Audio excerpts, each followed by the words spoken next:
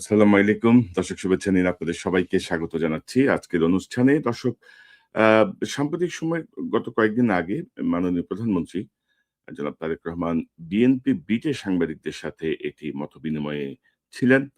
আ একটু দেরিতে হলেও এই পুরো ভিডিওটি আমি দেখার একটি সুযোগ পেয়েছি। তো ওইটি দেখার পরে কিছু প্রশ্ন আমার মাথায় এসেছে এবং আমার মনে হচ্ছে যে উনার বক্তব্যটা ঠিক আমার কাছে একটু কনফিউজিং মনে হয়েছে আরকি। তো তার জন্যই এই সংক্ষিপ্ত একটি অনুষ্ঠান জাস্ট একটু জানতে চাওয়া যে এই বিষয়টি একটু স্পষ্ট হওয়া প্রয়োজন।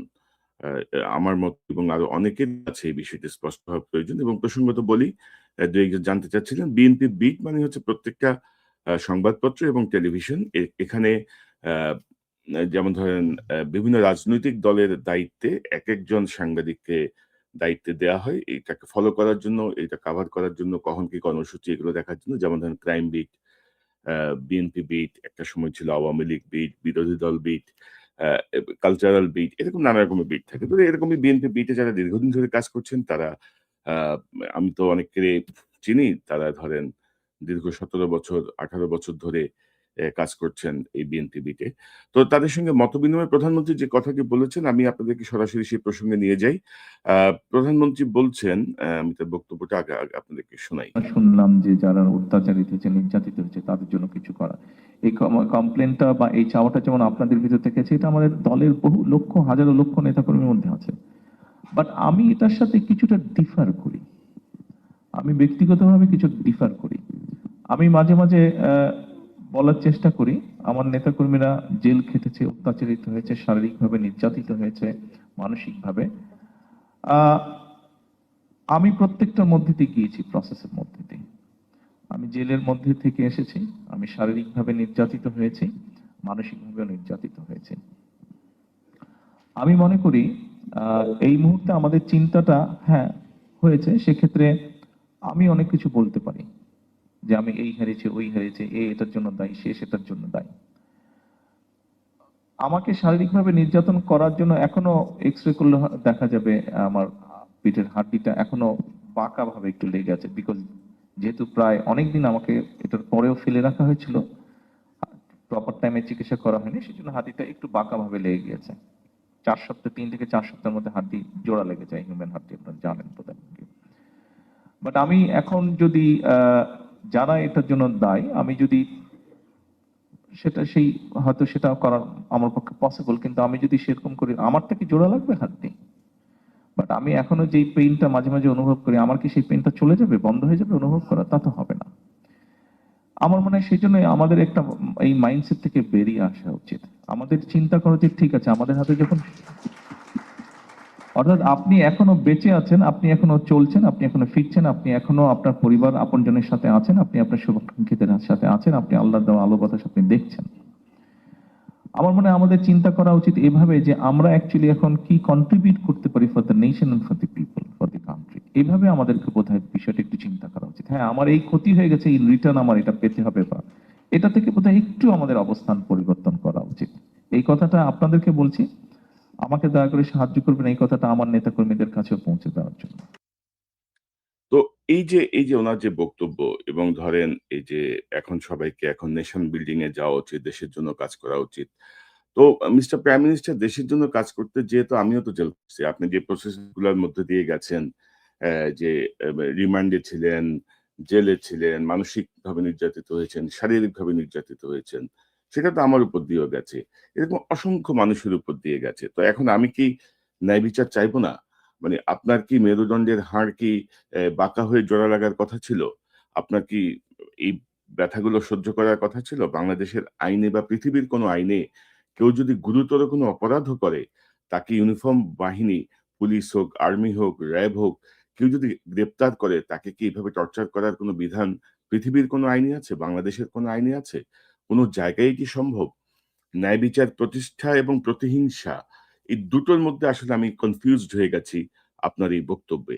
যেমন ধরেন আ উম আমি যদি পৃথিবীর বিভিন্ন দেশের আইন, কিছু দেশের আইন এবং ইসলামিক আইন বা অন্যান্য কিছু মিলিয়ে আমি যদি বলি, একমাত্র আ যিনি ভুক্তভোগী, যিনি নির্যাতিত বা যিনি নিহত হয়েছেন এক দুর্বৃত্তের দ্বারা, তার পরিবার, তার বাবা-মা, তার স্ত্রী যদি ক্ষমা করেন বা তিনি নিজে যদি ক্ষমা করে দেন আহত অবস্থায় বা উম বা নির্যাতিত হওয়ার পরে সেটি একরকম ব্যাপার থাকে। কিন্তু এর বাইরে পৃথিবীর কারো কি সেটি ক্ষমা করার কোনো অধিকার আছে? যেমন ধরেন আমার ছোট বোন আমার জন্য গ্রেপ্তার হয়েছে, রিমান্ডে ছিল, জেল খেটেছে, শারীরিক মানসিক নির্যাতনের মধ্য দিয়ে গেছে। আমার কিন্তু আমার বোনের সঙ্গে যারা এই জাতীয় অন্যায় আচরণ করেছে তাদেরকেও ক্ষমা করার অধিকার কিন্তু আমার নাই। I have no right. আ তো এই জায়গাটা আমি একটু আসলে খুব কনফিউজড এবং একই একই জায়গায় অর্থাৎ তিনি এখানে কথা বলছিলেন সাংবাদিকদের প্রশ্নের উত্তরে তিনি কথা বলছিলেন। আবার তিনি তার বক্তব্যে যেটি বলছেন সেটি একটু শোনাই আপনাদেরকে। প্রতিশোধ নিলেই কি আপনার সেটা আপনি ফেরত পাবেন বা একদম আগের মতন হয়ে যাবে? হবে না। তাহলে আমরা আমাদের সেই মাইন্ডসেট থেকে বেরিয়ে এসে ঠিক আছে আমরা কি করতে পারি? দেশের জন্য, সমাজের জন্য, মানুষের জন্য কি করতে পারি? পারি বা পারি না পারি সেটা হচ্ছে পরের ব্যাপার। অন্তত চেষ্টা তো করতে পারি আমি। তো এখন এই যে আবার তিনি বলছেন যে প্রতিহিংসা করলে বা প্রতিহিংসা দেখালে কি সব সমাধান হয়ে যাবে কিনা? আগের বক্তব্যে বলছিলেন যে তার ব্যথা কি কমে যাবে কিনা? তিনি কি ব্যথা থেকে মুক্তি পাবেন কিনা? ইত্যাদি, ইত্যাদি। এখন আমি আমি এই জায়গাটায় অ্যাকচুয়ালি মিস্টার প্রাইম মিনিস্টার আপনার ব্যাখ্যা চাই যে প্রতিহিংসা কোনটা আর ন্যায় বিচার কোনটা? কারণ আপনি যদি আজকে যদি ন্যায় বিচার না করেন, ২ দিন পরে এই অপশক্তি এখন মাথা লুকিয়ে আছে। দুদিন পরে তারা আবার মাথা তুলে দাঁড়াবে। তারা আবারও এইসব ঘটনা করবে এবং যখন একটি অন্যায়ের বিচার হবে না, তখন আপনি দেখবেন যে নতুন, নতুন অন্যায়কারী সৃষ্টি হবে। তাদের মাথায় এটি স্পষ্ট হবে যে এগুলো করলে কিছু হবে না, বিচার হবে না। পলিটিক্যাল গভর্নমেন্ট আসলে এটা পলিটিক্যালি ডিল করবে। তারা আমাদের সঙ্গেও সুসম্পর্ক রাখবে। তো সব মিলিয়ে আমাদের কিছু হবে না। আমরা আমাদের মতো করে কাজ চালিয়ে যাব। এবং ন্যায় বিচার যদি প্রতিষ্ঠিত হয় তাহলে ভবিষ্যতের বাংলাদেশে এই জাতীয় অন্যায় আচরণ, গুম, খুন, নির্যাতন আ এই জায়গাগুলো আসলে বন্ধ হওয়ার কিছুটা সম্ভাবনা তৈরি হয়। আর যদি না হয় তাহলে কিন্তু এই দুর্বৃত্তরাই আবার ফিরে আসবে এবং আ অথবা নতুন, নতুন দুর্বৃত্তের জন্ম হবে। আমি কিন্তু বলছি না যে আপনাকে নির্যাতন করেছে, আপনি নির্যাতন করবেন। আমি কিন্তু বলছি না হাসিনা যেভাবে গুম খুন শুরু করেছিল সেভাবেই গুম খুন করবেন, সেভাবে নির্যাতন হবে। নো। আমি বলছি ন্যায় বিচার প্রতিষ্ঠা। যারা অতীতে অন্যায় আচরণ করেছে এবং বাংলাদেশের মানুষের যে পরিবর্তনের যে আকাঙ্খা এবং জুলাই বিপ্লবে সবার যে সম্মিলিত অংশগ্রহণ, এর মূল কারণ কিন্তু ছিল এই বিচারহীনতার বিরুদ্ধে মানুষের লড়াই। এই গুম, খুন, অ্যা এ সন্ত্রাস, চাঁদাবাজি, দখলবাজি, যা ইচ্ছে তাই করার যে লাইসেন্স ছিল আওয়ামী লীগের নেতাকর্মীদের, তাদেরকে আ হুম বিরুদ্ধে মানুষের এই ক্ষোভ ফুঁসে উঠেছিল। মানুষ ন্যায় বিচার চায়। সেই ন্যায় বিচার প্রতিষ্ঠা যদি আপনি না করেন, কারণ ধরেন এই সরকারের কাছে মানুষের প্রত্যাশা কি? মানুষের মূলত প্রত্যাশার জায়গাটা যদি বলি, সেটা কোনো ফ্যামিলি কার্ড না, কৃষক কার্ড না বা এই জাতীয় কোনো কার্ড-টার্ড না। মানুষের মূল দাবি হচ্ছে ন্যায় বিচার প্রতিষ্ঠা, শান্তি শৃঙ্খলা প্রতিষ্ঠা। যেটি আপনি আপনার ১ম দিকের বক্তব্যে বারবার জোর দিচ্ছিলেন। শান্তি প্রতিষ্ঠার কথা, নিরাপত্তা নিশ্চিত করা। সেই জায়গাটা কিন্তু আমরা যেতে পারছি না। পাশাপাশি এই যে বিডিআর হত্যাকাণ্ডের বিচার, গুম, খুন এই জায়গাগুলোর সঙ্গে যারা যুক্ত ছিল তাদের বিচার, যারা মানবাধিকার হরণ করেছিল তাদের বিচার। এই জায়গাগুলো অত্যন্ত গুরুত্বপূর্ণ। কিন্তু আনফরচুনেটলি গত ৪ মাসেও আমরা এই জাতীয় কোনো কাজের কোনো ভূমিকা দেখছি না। কারণ হচ্ছে যে আপনি যদি এখন বলেন যে এই করলে কি আমার ব্যথা চলে যাবে, ওই করলে কি আমার হাড্ডি জোড়া লাগবে, এই করলে কি আমার কিছু হবে? আমার মনে হয় যে অধিকাংশ মানুষ এই বক্তব্যটা তাদের মধ্যে এক ধরনের কনফিউশন তৈরি করবে যে আসলে অ্যা আমরা কি চাই? আমি কিন্তু বলছি না যে আওয়ামী লীগকে ধরে আপনি শাস্তি দিতে হবে, আওয়ামী লীগকে ধরে, ধরে গুম করতে হবে, আওয়ামী লীগকে ধরে, ধরে পেটাতে হবে। নো। ন্যায় বিচার প্রতিষ্ঠা করতে হবে। আওয়ামী লীগের সবাই কি অপরাধী? সবাই তো অপরাধী না। কিন্তু এই দলের কার্যক্রম এখন নিষিদ্ধ এবং নিষিদ্ধ হওয়াই উচিত। সেই জায়গাটায় যারা জনজীবনকে বিষিয়ে তুলেছিল, যারা আ আইনকে নিজেদের স্বার্থে ইচ্ছামত ব্যবহার করেছিল, তাদের বিরুদ্ধে তো আপনাকে অবশ্যই ন্যায় বিচার প্রতিষ্ঠা করতে হবে, যেন ভবিষ্যতে এই জাতীয় ফ্রাঙ্কেনস্টাইন আর তৈরি না হয়। মিস্টার প্রাইম মিনিস্টার, আমি এই কনফিউজিং বক্তব্যের বিষয়ে আপনার একটি ব্যাখ্যা চাই। অনলাইনে হোক, অফলাইনে হোক, যেখানে হোক।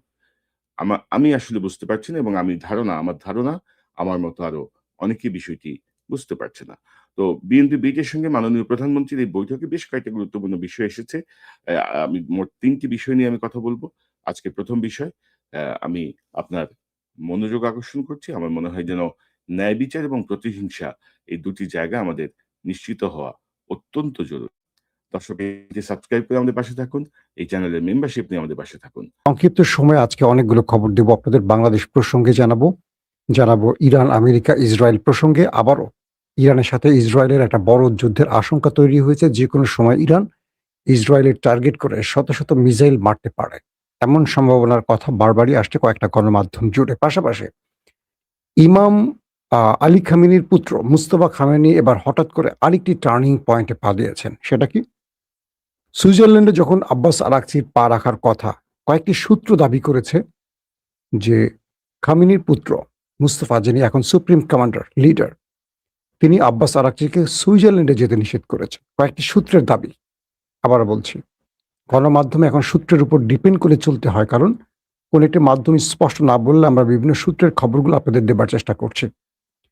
অন্যদিকে ইরানের হামলা মোকাবেলায় ইসরায়েলের প্রস্তুতি নিচ্ছে, পাল্টা হামলার প্রস্তুতি নিচ্ছে, এমন খবরও আসছে। আবার এর মধ্যেও আল জাজিরার খবরে বলা হয়েছে যে হরমুজ প্রণালী, আমি কালকে রাতে আপনাদের বলেছিলাম যে হরমুজ প্রণালী বন্ধের ঘোষণা এসছে আজকে, সেটি শুরু। হরমুজ প্রণালী আবারও বন্ধ করে দিয়েছে ইরান। আবার পাকিস্তান বলছে রোববার থেকে ইরান মার্কিন আলোচনা শুরু হতে পারে। আবার কয়েকটি সূত্র বলছে নেতানিয়াহু যুদ্ধ লেবাননে হামলা বন্ধ করতে বলেছে। অনেক রকম তথ্য এখন ঘুরপাক খাচ্ছে। দর্শক, ইরানের আইআরজিসি জানিয়েছে দক্ষিণ লেবাননে ইসরায়েলের হামলায় ভোর থেকে অন্তত 32 জন নিহত হওয়ার জেরে হরমুজ প্রণালী বন্ধ করে দিয়েছে ইরান। আবার পাকিস্তান জানিয়েছে ইরান যুক্তরাষ্ট্র অন্তর্বর্তীকালীন চুক্তি বাস্তবায়নের জন্য কারিগরি আলোচনায় রোববার সুইজারল্যান্ডে অনুষ্ঠিত হবে। এক টালমাটাল এক অবস্থার মধ্যে পড়ে গেছে সবকিছু।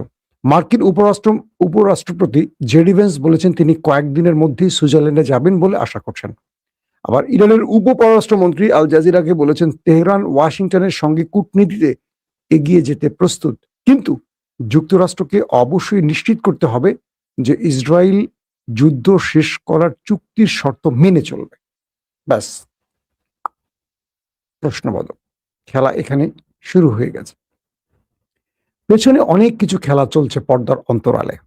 আমেরিকা এই মুহূর্তে সবচেয়ে বড় চাপে আছে, কারণ ইসরায়েল তার কথা শুনছে না। ক্লিয়ার এক বাক্যে যে বিষয়টি বলে দিলাম, আমেরিকা বা জেডি ভেন্স পররাষ্ট্রমন্ত্রী দুজনেই ইসরায়েলকে ব্যাপক চাপে রাখছে, তারপরও কাজ হচ্ছে না। লেবাননে ইসরায়েলি হামলায় 32 জন নিহত হয়েছে। এই ইসরায়েল যে কাজগুলো করছে, কালকে রাতে অ্যাটাক করছে, আজকে অ্যাটাক করেছে, তারা সিরিজ কিন্তু অ্যাটাক করছে। ট্রাম্প চাপ দিচ্ছে, যুদ্ধ বন্ধ করছে, কিছু সময়ের মধ্যে আবার অ্যাটাক করছে। ট্রাম্পের নির্দেশ তারা আর মানছে না। এই অবস্থায় ধরেন আমরা যে কোনো সময় বলতে পারি যে এমইউ যে চুক্তিটি ছিল, এমওইউ, এটা ভেস্তে যেতে পারে এবং ইরান বড় আক্রমণের পরিকল্পনা নিয়ে রেডি হয়ে আছে। কয়েকটি সূত্রের খবর দিয়ে বলছি, মিস্টার মুস্তফা খামেনি তিনি আব্বাস আরাকচিকে সুইজারল্যান্ডে যেতে নিষেধ করে দিয়েছেন। তারা বলছেন যতক্ষণ আমাদের শান্তি চুক্তি, যেটাকে এমওইউ বলা হয়, তার 13 নম্বর আর্টিকেল আমেরিকা বাস্তবায়ন না করবে। 13 নম্বর আর্টিকেলে কি বলা হয়েছে? সেই 13 নম্বর আর্টিকেলে ইরান যুক্ত করেছে তার মিত্র লেবানন, ইয়েমেন সহ যে তার প্রক্সি বা মিত্র, তাদের উপর কোনো আক্রমণ করা যাবে না। এই প্রত্যেকটা ফ্রন্টে যুদ্ধ বন্ধ করতে হবে, হামলা বন্ধ করতে হবে। কিন্তু ইসরায়েল সেই ফ্রন্টে এখনো যুদ্ধ চালিয়ে যাচ্ছে, হামলা করছে প্রতিদিন। গতকালকে অর্ধশত মারা গেছে, আজকে এখন পর্যন্ত 32 জন। এক হিসেবে এইটুকু বলা যায় গত 24 ঘন্টা বা 30 ঘন্টার মধ্যে 100-র উপর মানুষ মেরে ফেলছে। এটা তো হিসেবের বাইরে আর কত হতে পারে। এবং ইরান সংযুক্ত করে দিয়েছে লেবানন থেকে সকল ইসরায়েলিদের চলে যেতে হবে, ইসরায়েলি সেনাদের চলে যেতে হবে। যত সেটেলমেন্ট তৈরি হয়েছে, অবৈধ বসতি তৈরি করেছে লেবাননের মধ্যে, বাড়িঘর দখল করেছে, সব ছাড়তে হবে। পাশাপাশি হামলা শুধু বন্ধ নয়, ইসরায়েলকে লেবানন ছেড়ে চলে যেতে হবে। কিন্তু নেতানিয়াহু এই বিষয়টি এখনো রাজি হচ্ছে না। আর ইরান বলছে যদি এই দাবি মানা না হয় তাহলে সুইজারল্যান্ডে পা রাখবে না ইরান, কোনো আলোচনা হবে না, প্রয়োজনে আবার লড়াই। ইতিমধ্যে ইরানের সুপ্রিম লিডার আইআরজিসিকে নির্দেশ দিয়েছে বড় হামলার প্রস্তুতি নিতে। তার মানে যদি আজকে রাতে লেবাননে আর কোনো হামলা হয়, এক বাক্যে বলা যায় চুক্তি ভেঙে যেতে পারে। চুক্তি বাস্তবায়নের আগে ইসরায়েল তার পরিকল্পিতভাবে এটিকে নস্যাৎ করার খেলায় নেমে গেছে। দর্শক, পাশাপাশি আরো কিছু খবর এসছে এরকম যে মার্কিন ভাইস প্রেসিডেন্ট জেডি ভেন্স বলেছেন তিনি শীঘ্রই ইরানের সঙ্গে আলোচনার জন্য সুইজারল্যান্ড সফরে যাচ্ছেন এবং ফক্স নিউজকে দিয়ে এক সাক্ষাৎকারে ভ্যান্স বলেন, আমি আশা করছি আগামী কয়েকদিনের মধ্যে রওনা দেব, কিন্তু আপনারা জানেন এটি সব সময় একটি সূক্ষ্ম সমন্বয়ের খেলা এবং কূটনৈতিক প্রোটোকলের বিষয়, এবং আমার মনে হচ্ছে যে এটা অনিশ্চিত হয়ে যাচ্ছে, কারণ ইসরায়েল কোনোভাবেই এই মুহূর্তে আমেরিকার কথা শুনছে না। দর্শক, আসেন এবার কয়েকটি গুরুত্বপূর্ণ বিশ্লেষণে আসি। এই মুহূর্তে আমেরিকা যেটি চাচ্ছে, তারা যুদ্ধ থেকে বেঁচে ফিরতে চায়, তারা ইরানের সাথে আর লড়তে চায় না, কারণ ইরানে তারা পরাজয় বরণ করেছে। যদিও বাংলাদেশের অনেক বড় বড় ব্যক্তিরা বলেছিলেন ইরান হেরে যাবে, আমাদের বর্তমান সরকারের অনেক উপদেষ্টা আছে, আজকে দেখলাম পিনাকিদা ভালো বাস দিয়েছেন, আমি ভেবেছিলাম যে এটা নিয়ে কথা বলবো না।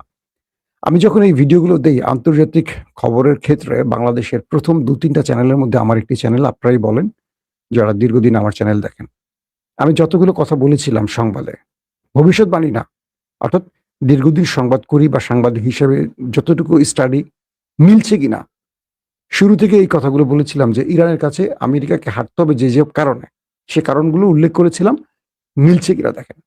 অনেকেই বলছেন যে ভাই আমেরিকা পরাশক্তি, আমেরিকার ইরানের সাথে পারবে না। ইভেন আমাদের ডক্টর জাহিদ, সরকারের বর্তমান উপদেষ্টা, উনি তো তার একদম বক্তব্যে বলেছিলেন যে ইরান কখনোই পারবে না, ইরানকে পরাজয় বরণ করতে হবে, আমেরিকা জিতবে, ব্লা ব্লা ব্লা, মানে একদম পুরো ইরানকে সে উড়িয়ে ফেলে দিয়েছে এবং আমেরিকার পুরো জয় দেখে ফেলেছিলেন।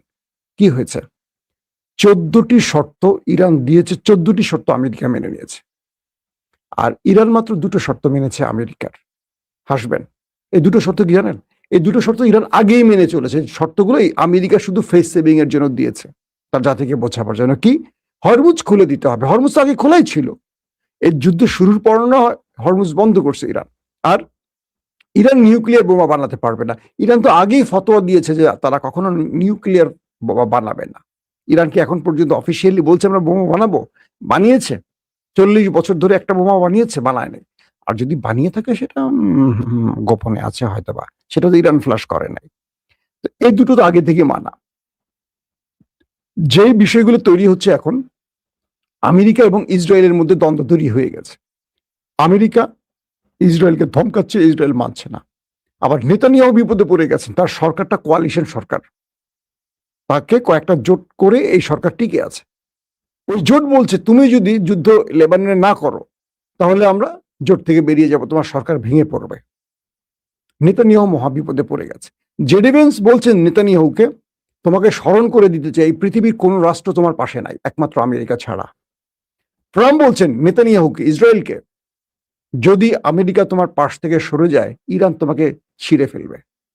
এবং তিনি বলছেন, ট্রাম্প বলছেন, যদি এই যুদ্ধে আমেরিকা না জড়াতো ইরান ওই রাষ্ট্রটিকে, নেতানিয়াহু রাষ্ট্রটিকে একদম পিষে ফেলতো।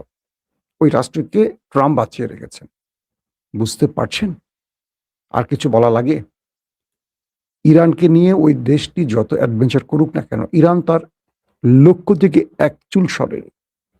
যে রাষ্ট্রটির কোনো বড় যুদ্ধ বিমান নেই, আধুনিক প্রতিরক্ষা ব্যবস্থা নাই, সেই রাষ্ট্রটি দুটো পরাশক্তির সাথে লড়াই করে বিজয়ী হয়েছে। এক হরমুজ, এটাকে নিউক্লিয়ার বানিয়ে ফেলেছে, আর মিসাইল এবং ড্রোন দিয়ে, সস্তা ড্রোন দিয়ে। তো এই অবস্থায় এখন আমেরিকা যদি ইসরায়েলকে শান্ত করতে না পারে, লেবানন ইস্যুতে বড় রকম রক্তক্ষয়ী সংঘর্ষ এবার বাড়তে যাচ্ছে। এবং এখন পর্যন্ত যেটা বোঝা যাচ্ছে, মুস্তফা খামেনি তার প্রতিনিধি আব্বাস আরাকচিকে সুইজারল্যান্ড যেতে যদি নিষেধ করে থাকেন, এই সংবাদটি যেটি পেয়েছি, হয়তোবা আগামী 2-1 ঘন্টার মধ্যে আরো কনফার্ম হতে পারবো, আমার সূত্র থেকে যে খবরটি পেয়েছি বা বিভিন্ন আরাবিয়ান সোর্স থেকে, তাহলে যুদ্ধ আবার বাড়তে যাচ্ছে। তবে এখানে একটি খেলা আসতে পারে। সেটা কি? আমেরিকা ইরানকে বলতে পারে এই যুদ্ধে আমাকে তুমি মেরো না, আমি ইসরায়েলের সাথে নেই, প্রকাশ্যেও নেই, অপ্রকাশ্যেও নেই, লড়াইটা ইরান করুক ইসরায়েলের সাথে। যদি এটা হয়, আমেরিকার কার্যত সরে যায়, পুরো মধ্যপ্রাচ্য ইরানের পাশে এসে দাঁড়াবে, গোপনে হোক আর প্রকাশ্যে হোক, খেলা জমে উঠবে। তুরস্ক প্রকাশ্যে আসবে, পাকিস্তান প্রকাশ্যে আসবে, কাতার প্রকাশ্যে আসবে, সৌদি প্রকাশ্যে আসবে। এবং এতদিন ইরান যে মিসাইলগুলো ইসরায়েলে মারত, আরব রাষ্ট্রই অর্ধেক ইন্টারসেপ্ট করে ফেলতো, এখন একটা রাষ্ট্র ইন্টারসেপ্ট করবে না, প্রত্যেকটা মিসাইল এখন গিয়ে নেতাকাকুর বাড়িতে পড়বে। বারবার ট্রাম্প সেই সতর্ক করছে, ইসরায়েল তুমি শান্ত হও, কথা বোঝো, তোমাকে ইরান খেয়ে ফেলবে, গিলে ফেলবে, তোমাকে তো আমি বাঁচিয়ে রেখেছি, তুমি পাগলামি করো না। কিন্তু নেতানিয়াহুর শখ হচ্ছে পাগলামি করার। এখন ইরান একটা বড় পরিকল্পনা নিয়ে নামছে, যদি এই হামলা বন্ধ না হয় আজ রাতেও ইরান বড় আক্রমণ করে বসতে পারে ওই দেশটির ভেতরে। এই গেল একটি ব্যাপার। এবং ইতিমধ্যে আজকেও লেবাননে প্রচুর অ্যাটাকের কারণে অনেক মানুষ মারা গেছে। তবে লেবাননের বা কয়েকটি সূত্র দাবি করছে যে ট্রাম্পের দাবির কারণে নেতানিয়াহু যুদ্ধ বন্ধ করতে বলেছেন, কিন্তু সেটা কতটুকু আমি আরেকবার এই লাইভটা এই পার্টের আপনাদেরকে জানাবার আগে আমি চেষ্টা করছি সংবাদ আরেকবার চেক করতে, কোনো ব্রেকিং সংবাদ আছে কিনা এই মুহূর্তে। ইতিমধ্যে তো হরমুজ বলে দিয়েছে, বন্ধ করে দিয়েছে। হরমুজ বন্ধ করে দিলে তো ট্রাম্পের গায়ে জ্বর চলে আসবে, আবার সেই জ্বর চলে আসবে, ট্রাম্প এবার বাধ্য হবে নেতানিয়াহুকে যা করার করবে। আসেন বাংলাদেশ বিষয়ে একটা গুরুত্বপূর্ণ খবর দেই। বাংলাদেশে আমাদের প্রধানমন্ত্রী তারেক রহমানের চীন সফর ঠেকাবার জন্য খেলা শুরু হয়ে গেছে। আপনাদের মনে আছে শেখ হাসিনার চীন সফর এরকম আওয়াজ আসলেই কিছু খেলা শুরু হতো, বাংলাদেশের বিভিন্ন জায়গায় আগুন ধরতো, বড় বড় কিছু ঘটনা ঘটতো। প্রফেসর ইউনূসের এই বিদেশ সফরগুলো, মানে চীন সফর বা এই সফরগুলো কেন্দ্রিক বাংলাদেশে এরকম কিছু ঘটনা ঘটতো, মনে আছে? হঠাৎ করে আন্দোলন সংগ্রাম এটা সেটা শুরু হতো। এবার শুরু হয়েছে তারেক রহমানের চীন সফর ঠেকাবার জন্য। বিশেষ সূত্রের খবর, তারেক রহমান স্পষ্ট বলেছেন, খুব নিকটের খবর, তার ডানে বামের লোকদের খবর, পৃথিবী উল্টে গেল এই সফর ষড়যন্ত্রকারীরা বাতিল করতে পারবে না। তার নির্দিষ্ট মালয়েশিয়া, চীন যে সফরগুলো আছে সেটা হবে। 1 নম্বর খবর। 2 নম্বর খবর, তারেক রহমান আমাদের ইন্টেলিজেন্সকে শাসিয়েছেন, বলেছেন দেশের ভেতরে যেন কোনো ইন্টেলিজেন্স ফেইলর চোখে না পড়ে। তারেক রহমান এটুকু বুঝতেছেন যে হাসিনার রেখে যাওয়া লোকগুলো এখনো গুরুত্বপূর্ণ পদে আছে, তিনি এক ঝটকা সরাতে পারছেন না। এখানে তারেক রহমানকে একটা ভুল পলিসিতে আটকে গেছেন আমার মনে হয়। বিএনপি এবং জামায়াত ইসলাম বাংলাদেশের একমাত্র পরীক্ষিত বন্ধু। আমার মনে আছে কোনো একদিন কোন একটি প্রোগ্রামে বিএনপির এক নেতা বলেছিলেন, বিএনপির নেতা, যে আমরা বিএনপির অনেক নেতাকে ততটা বিশ্বাস করি না যতটা জামাতকে বিশ্বাস করি। কারণ 20 বছর জামাত আমাদের জন্য তাদের প্রথম সারির সব লিডারকে ফাঁসির কাজটা ঝুলিয়েছেন আমাদের জন্য। স্রেফ একটি চাপ ছিল তাদের উপর, বিএনপিকে ছাড়ো। জামাত ছাড়ে নাই বিএনপিকে, তাদের সকল নেতাদের ফাঁসি হয়ে গেছে, টপ লিডারদের। ওই নেতাকে এবার কোনো মন্ত্রী পরিষদে রাখা হয়নি, কারণ সত্যটা তিনি বুঝেছেন, বলেছিলেন। আমি বারবারই আমার বক্তব্যে বুঝবেন, আমি দুটো দলকে একটা জায়গা থাকতে বলি, কারণ জামায়াত এবং বিএনপি যতক্ষণ এক প্ল্যাটফর্মে থাকে বাংলাদেশ পথ হারাবে না। বাংলাদেশের ষড়যন্ত্রকারীরা ষড়যন্ত্র বাস্তবায়ন হবে না। কারণ পুরো হাসিনা তার 15.5 বছরে, পুরো ইন্ডিয়া হাসিনা 15.5 বছরে এই দুটো জোটকে ভাঙার চেষ্টা করেছে। শেষ পর্যন্ত বেগম জিয়াকে জেলে ঢুকিয়ে জোটটা না ভাঙলেও কার্যত ভেঙে ফেলার পর্যায়ে পড়ে গেছিল। এবং দেখবেন যে জামাত আর বিএনপির মধ্যে কোনো সমঝোতা ছিল না। কেন? বেগম জিয়া যখন জেলে চলে গেছেন তখন দলটা চলে গেছে ইন্ডিয়ান ব্লকের হাতে। বিএনপির মধ্যে ইন্ডিয়ান ব্লক, একটা ব্লক আছে, একটা বাম ব্লক আছে। এই ব্লকটা তারেক রহমানকে মেনটেন করতেন বা তারেক রহমানকে ভুল বোঝাতেন, যেহেতু সে দেশে ছিলেন না।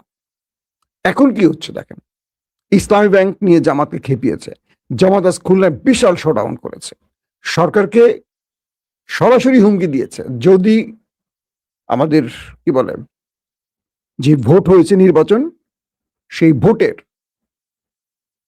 ফলাফল, মানে জাতীয় সংসদ নির্বাচনে শুধু নয়, গণভোটের কথা বলছে জামাত, যদি এটা কার্যকর না হয়, গণভোট যেই পক্ষে হয়েছে মানুষের ভোট, সেই সমর্থনে সরকার যদি গণভোটের দাবিগুলো বাস্তবায়ন না করে, তারা বৃহৎ আন্দোলন করবে।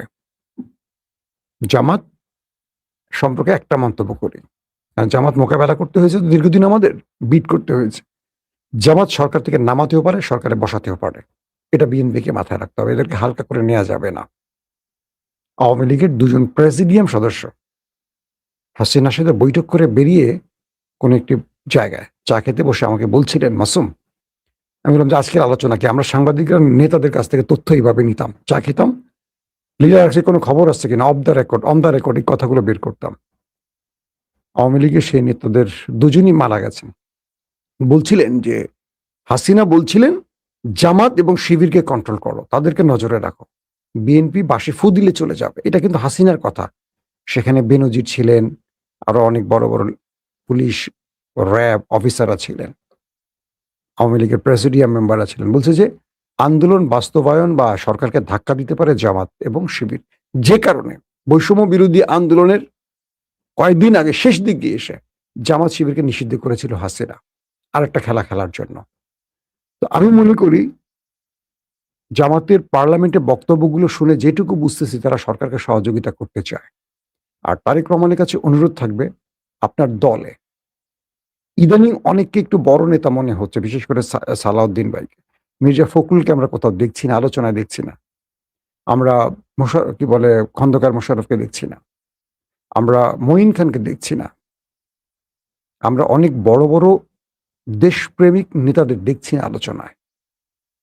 আমাদের স্বরাষ্ট্রমন্ত্রী দেখছি, পররাষ্ট্রমন্ত্রী দেখছি, স্বাস্থ্যমন্ত্রী দেখছি, সড়ক মন্ত্রী দেখছি, চিকিৎসা মন্ত্রী দেখছি, স্বাস্থ্যমন্ত্রী, সব মন্ত্রী তাকে দেখছি, শিক্ষামন্ত্রী তাকে দেখছি, একজনই পার্লামেন্টে কথা বলেন। বিএনপির বাকিরা কি মূর্খ? তিনি একাই এত জ্ঞান নিয়ে আসছেন ভারতে শিলংয়ে বসে, উদ্দেশ্যটা কি? এবং বিএনপি জামাতের যে দূরত্ব তৈরি হচ্ছে তার প্রধান ব্যক্তিটি হলো সালাউদ্দিন ভাই। আমি একজন বিএনপির অনুরাগী, বিএনপিকে ভালোবাসি, তারপরও কথাটা খুব সত্য সহকারে বলছি। এটা বিএনপিকে উপলব্ধি করতে হবে যে পেছন থেকে যারা খেলছে, রংপুরকে আলাদা করতে চায়, রংপুর কেড়ে নিতে চায়, পলাশবাড়িতে হুমকি দিচ্ছে, ঢাকাতে জয় শ্রীরাম স্লোগান উঠছে, সরকারকে আলটিমেটাম দিচ্ছে, হুমকি দিচ্ছে সনাতন ধর্মীরা। কি হয়েছে বাংলাদেশে এই মুহূর্তে? শুভেন্দু অধিকারী পশ্চিমবঙ্গে জেতার পরে কি হচ্ছে পশ্চিমবঙ্গে জানেন তো? বলা হচ্ছে যে তোমরা নামাজ পড়তে চাইলে বাংলাদেশে গিয়ে নামাজ পড়ো, ভারতে নামাজ পড়তে পারবা না। এই পাড়ায় থাকতে হলে ধর্ম চেঞ্জ করতে হবে, হিন্দু হতে হবে। কল্পনা করেন 2026-এ এসে ভারত কোন যুগে কোথায় আছে। আমাকে ভারত থেকে প্রতিদিন অজস্র মানুষ নক করে, ভাই আমাদের কথাগুলো বলেন। আমার অনেক দর্শক আছে পশ্চিমবঙ্গে যারা এখন আছে আমাদের সাথে লাইভে। চিন্তা করেন, ভারতের হিন্দুরা ভারতে নিরাপদ না, বাংলাদেশে নিরাপদ। তারপর তারা বাংলাদেশে হঠাৎ করে একটা মানে কি বলবো অস্বাভাবিক পরিস্থিতি তৈরির খেলায় নেমে গেছে। তাদের রাম মন্দির বানাতে হবে সবচেয়ে বড়। কেন ভারতের এম্বাসি সরকার মানে কর্মকর্তারা এসে ভারত থেকে এসে আমাদের এই দেশে রাম মন্দির উদ্বোধন করবে? এই দেশে হিন্দু লিডাররা নাই, এই দেশে হিন্দুরা নেই। উদ্দেশ্যটা কি? এটা কি একটা রাষ্ট্র না ভিন্ন দুটো রাষ্ট্র? আমাদের বাংলাদেশে কাউকে দিবে ওই দেশে মসজিদ উদ্বোধন করতে? বাবরি মসজিদ কে ভেঙেছে? সিরিজ একটার পর একটা মসজিদ গুলো ভাঙছে। এই এখানে রামের কবর ছিল, এই কি রামের মন্দির ছিল, এই সেই অভিযোগ তুলে দিয়ে আদালতের রায়টায় দিয়ে বিজিবি কি করছে? একটার পর একটা মসজিদ ভুলে গেছে বাংলাদেশের হিন্দুরা। তারা বলছে যে আপনারা দাঙ্গা লাগাতে চাইবে না। দেখেন হিন্দুরা কালকে চৈতালি, অ্যাডভোকেট চৈতালি, এটা পুরোপুরি রয়ের মাল। সরকারকে বলবো এগুলোকে দ্রুত গ্রেফতার করেন। ইউনূস সরকারের সময় আপনাদের মনে আছে চিন্ময়কে দ্রুত গ্রেফতার করে সব সামলিয়ে ফেলেছে। ইউনূস সরকারের সময় কিছু ভালো সিদ্ধান্ত ছিল, চিন্ময় দ্রুত গ্রেফতার, সব ঠান্ডা। এই চিন্ময় ভারতে গেছে একটা বড় পরিকল্পনা বাস্তবায়নের জন্য, এটা গোয়েন্দা তথ্য জেনে গেছে এবং সঙ্গে সঙ্গে তাকে গ্রেফতার করে ফেলেছে। মজার বিষয়, যে গ্রেফতার করছে তাকে আবার বদলি করে ফেলেছে, তার উপর চাপ চলে আসছে। অনেক কাহিনী আছে। আমার বিএনপির কাছে ছোট্ট কয়েকটা দাবি থাকবে। এক, এখনো তার জোটের মধ্যে জামাত বিরোধী দলে থাকুক, তাদের রাখা হোক। এরা একটা ভদ্র দল, এরা অভদ্র দল না, এরা বেশি কিছু করবে না। এদের সাথে ব্যক্তিগত আক্রোশ তৈরি করা যাবে না। কিছু নেতা ছোটখাটো বিষয় নিয়ে জামাতকে খুব তুচ্ছ-তাচ্ছিল্য করেন, ফ্রিজ দিবেন, এটা দেবেন, ওটা দেবেন, অনেকে বলে ফেলছেন। তাদের খবর আমরা জানি কম বেশি। আমরা দেখছি যে একটা ব্যাংক জামাত ইসলামের, মাত্র একটা ব্যাংক জামাত ইসলামের বা তাদের সমর্থিত, এইটাকেও কেড়ে নিতে হবে। অথচ সবকিছু বিএনপি জামাতের, কি বলে বিএনপি আওয়ামী লীগের। তারা চালাচ্ছে, ভালো চালাচ্ছে, তাদেরকে দিয়ে রাখেন, তারা ভালো চালাচ্ছে। তো আপনাদের হাতে দিলে এই ব্যাংকটা শেষ হয়ে যাবে, দেউলিয়া হয়ে যাবে। এদের সাথে বিরোধী জড়ানোর দরকার নেই। এদেরকে রাখেন, কেন রাখেন? যাতে বিএনপি 5 বছর খুব শান্তিতে দেশ চালাতে পারে। এটা বিএনপি স্বার্থে করতে হবে। কারণ একদিকে আওয়ামী লীগ খেলা শুরু করে দিয়েছে, খেলা শুরু করেছে, মোদি খেলা শুরু করে দিয়েছে। তারেক রহমান চীনে গেলে জেট-এন-সি পাবো, 7 থান্ডার পাবো, আরো অনেক কিছু পেতে পারি আমরা।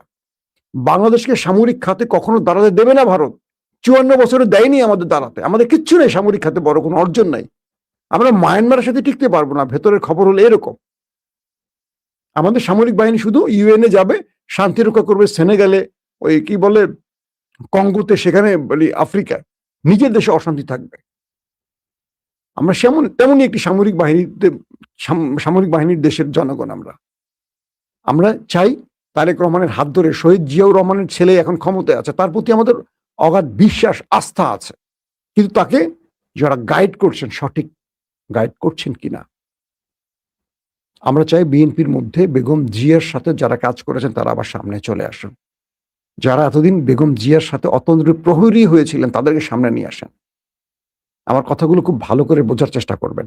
আমি বিএনপি সরকার যেন খুব সুস্থভাবে কাজ করতে পারে তার জন্য বন্ধু নির্বাচনের কথা বলছি। শত্রুগুলো এখন বন্ধু সেজে বসে গেছে, হাইব্রিড গুলো এখন তারেক রহমানের ডানে বামে চলে আসছে। আমরা যাদেরকে চিনি, দীর্ঘদিন যারা সবচেয়ে বেশি সরকারের ক্রাশে পড়েছেন, তারা অনেকেই নাই, তারা সব সাইড লাইনে। আর যারা সুবিধাজনক অবস্থানে ছিলেন, আওয়ামী লীগের সাথে লিয়াজো করে চলেছেন, তারা ফরমেটে চলে আসছেন। এস আলমের লোকগুলো চলে আসছেন, এস আলমের আত্মীয় স্বজনরা চলে আসছেন। তারেক রহমানকে কিক আউট করবে। জিয়াউর রহমানের ইতিহাস আমাদের মনে রাখতে হবে। জিয়াউর রহমানকে কারা চিটাগাংয়ে হত্যা করেছে, কিছু সম্ভাব্য তথ্য কি জিয়া পরিবারের কাছে নাই?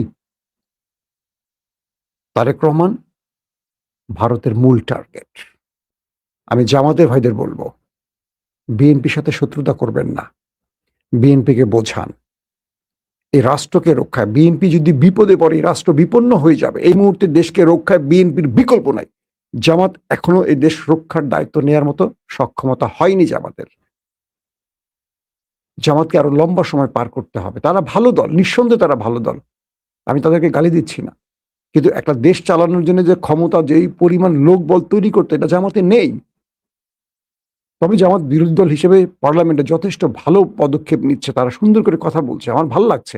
আমাদের স্পিকার দুজন, স্পিকার সহকারী এবং যে সহকারী স্পিকার দুজন আছেন, তারা খুব ভালো ভালো পজিশনে আছেন। এভাবে চলুক পার্লামেন্ট, ভালো লাগছে আমাদের। কিন্তু যারা আমাদের দেশের মধ্যে একটা অস্থিতিশীল পরিবেশ তৈরি করার চেষ্টা করছে, আমি মনে করি আবারও সেই জুলাই যুদ্ধে আমাদের সবাই যেমন এক হয়ে গেছে, এইভাবে সেটাকে মোকাবেলা করতে হবে। বাংলাদেশ সমূহ বিপদের মুখে। এই বিপদ থেকে রক্ষা করতে হলে ঐক্যবদ্ধ হওয়ার বিকল্প নেই। প্রত্যেকে ভালো থাকবেন। আল্লাহ হাফিজ।